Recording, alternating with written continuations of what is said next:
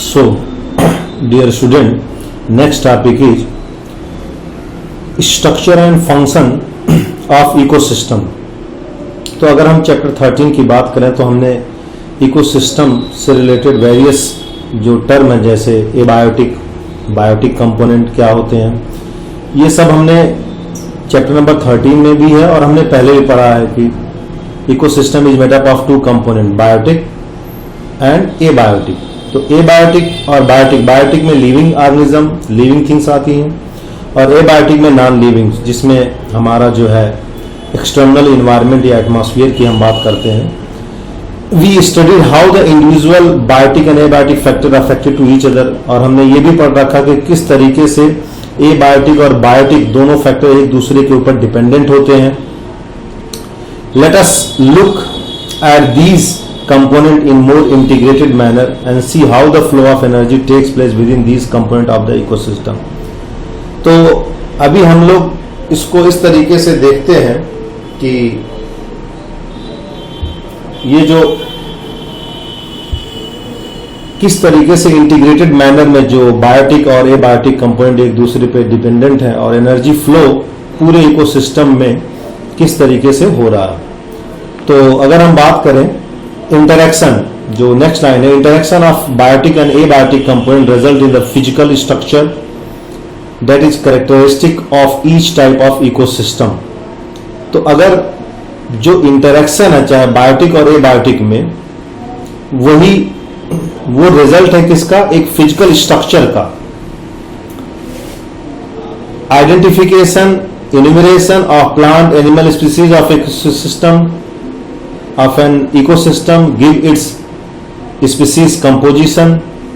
तो जो किसी भी इकोसिस्टम में जो स्पीसीज है, जो उसका स्पीसीज का कंपोजिशन है, different type of animal species का जो कंपोजिशन है वो कहीं ना कहीं डिपेंड करता है, चाहे वो प्लांट का हो या एनिमल का हो.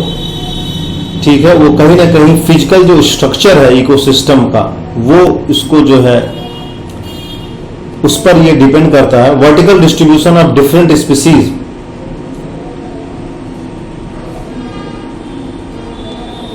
Vertical distribution of, this is the vertical distribution of different species occupying the different level is called stratification. You know very well that stratification, जो एक वर्टिकल डिस्ट्रीब्यूशन होता है डिफरेंट स्पीसीज का डिफरेंट लेवल में, उसी को हम स्ट्रैटिफिकेशन कहते हैं. For example, tree occupy top of the vertical strata or layer of the forest. Shrub second, herb and grasses occupy the bottom level. So the component of an ecosystem are seen function as a unit when you consider the following species aspect. और ये जो component है ecosystem के, वो आपको as a unit, इनका जो function as a unit नजर आता है. एज ए यूनिट जो इनका फंक्शन है वो आप जब प्रोडक्टिविटी को देखेंगे, डिकम्पोजिशन को देखेंगे, एनर्जी फ्लो को देखेंगे, न्यूट्रिएंट साइकिल को देखेंगे, तो जो कंपोनेंट है इकोसिस्टम के वो एज ए फंक्शन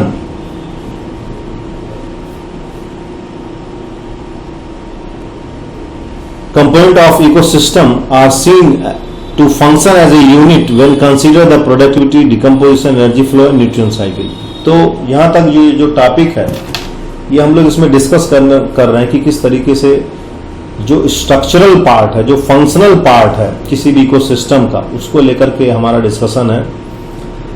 तो इसमें हम लोग productivity, decomposition, energy flow, nutrient cycle को सबसे पहले डिस्कस करेंगे as a unit of ecosystem में. To understand the ethos of the aquatic ecosystem, let us take a small pond. अब अगर हम एक aquatic ecosystem को समझना चाहते हैं तो हम एज एग्जाम्पल एक छोटा सा पॉन्ड ही ले लेते हैं, और इसलिए क्योंकि आसानी से हम लोग इसको जो है समझ भी सकते हैं.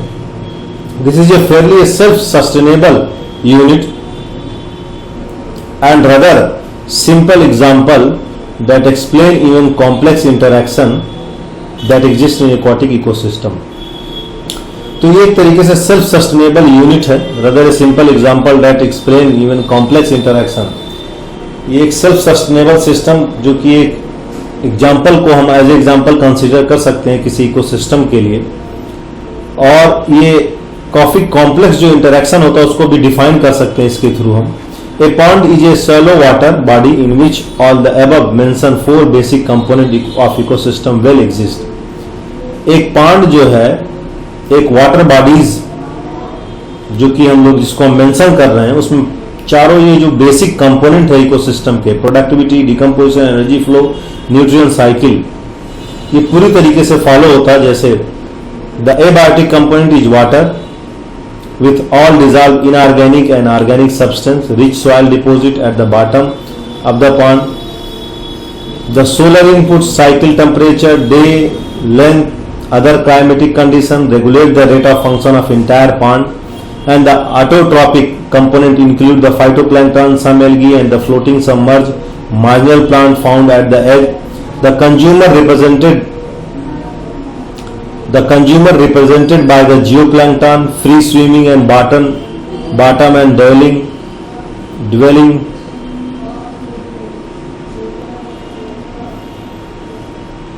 form.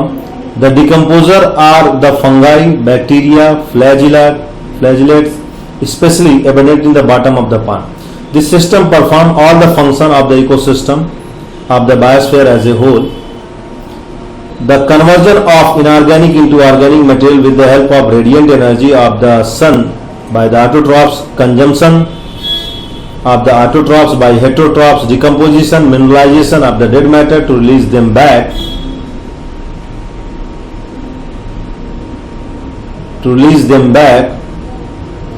of reuse by the autotrophs. So that these events are repeated over and over again, and there is a unidirectional moment of energy toward the higher trophic level and its dissipation and loss of heat to the environment. तो अगर हम इस पूरे unit में हम discuss करें तो हमको क्या समझने में, इस पूरे जो 14.1 सॉरी जो स्ट्रक्चर एंड फंक्शन के बारे में हम लोग डिस्कस कर रहे हैं, जो बेसिक कि ये जो टर्म है, चाहे वो प्रोडक्टिविटी हो, चाहे वो आपका कंजम्पशन हो, ये चारों टर्म जो हमने अभी पढ़ा, चाहे वो प्रोडक्टिविटी हो, चाहे डिकम्पोजिशन हो, चाहे एनर्जी फ्लो, चाहे न्यूट्रिएंट साइकिल, ये चारों के चारों जो है एज ए कंपोनेंट जो है, ये four basic component of an ecosystem are well exhibited.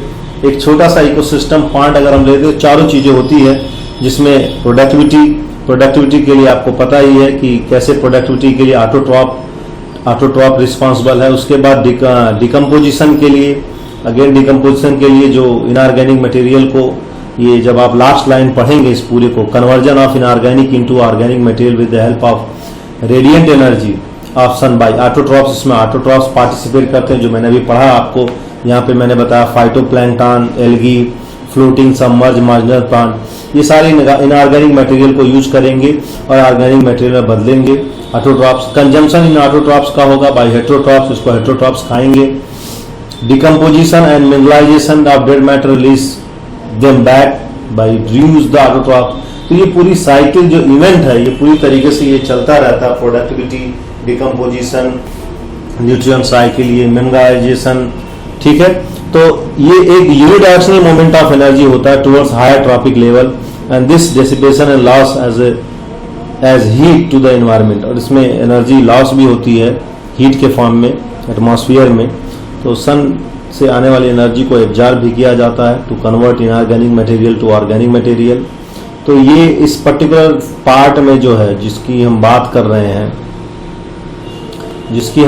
रहे हैं, इसका टॉपिक का नाम है 14.1 and this topic is structure and function. तो स्ट्रक्चर इन फंक्शन ये टॉपिक है। इसमें मैंने बताया किस तरीके से प्रोडक्टिविटी, डिकम्पोजिशन, एनर्जी और न्यूट्रिएंट साइकिल ये चीज़ें हैं। और इसको लेकर के हम सबसे जो पहला टॉपिक इसमें हम डिस्कस करेंगे, ये मैंने बताया डिटेल में जो हम डिस्कस करेंगे इसमें, वो सबसे पहला टॉपिक होगा नेक्स्ट वीडियो लेक्चर में, उसको हम बोलेंगे प्रोडक्टिविटी, ठीक है।